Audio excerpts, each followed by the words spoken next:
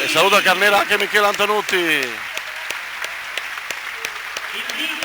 il pubblico del Carnera ad alzarsi in piedi negli ultimi 30 secondi e tributare un lungo applauso a Eddie Snyder e alla sua famiglia, ringraziando i 10 anni di basket di Serie A Udine. In questo caso chiama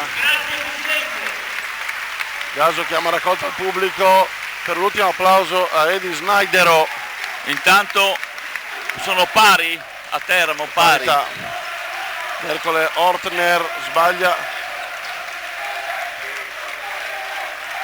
C'è l'ultimo tributo dovuto, credo, al presidente Eddie Snyder per 10 anni di pallacanestro.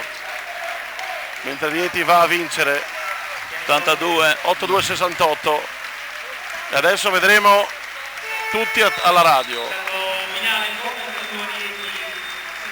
Rieti vince e spugna Carnera con un punteggio finale che non ci rende merito, ma adesso aspettiamo di vedere quello che capiterà a Teramo. Lorenzo adesso è lì, no?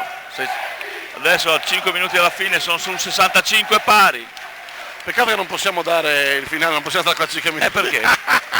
Adesso c'è Gaso che hai già dato il... Non è ancora Lorenzo, ti chiederei prima di chiudere e poi dopo ci dedichiamo anche a noi un salutino. Lo dice lui.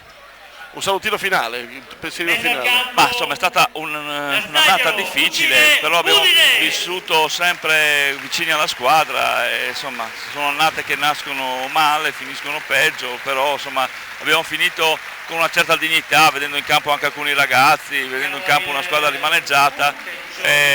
Va un grande applauso a Geron per come si è voluto mettere in gioco in questo finale di stagione, e anche a Mario che si è ributtato, Mario Brasone si è ributtato nella mischia. Certamente hanno avuto anche un po' di sfortuna, visto tutti gli infortuni e i giocatori che non hanno potuto prendere parte alle ultime partite. Tanto guarda, tutti i giocatori vanno a salutare il presidente. Sì. Questa è una bella questo scena, è bello, bella sì. commovente. Se ci facesse vedere magari il dirigente di Rieti, potremmo anche vedere tutti a salutare la proprietà. Saluto io. Adesso è avanti Bologna.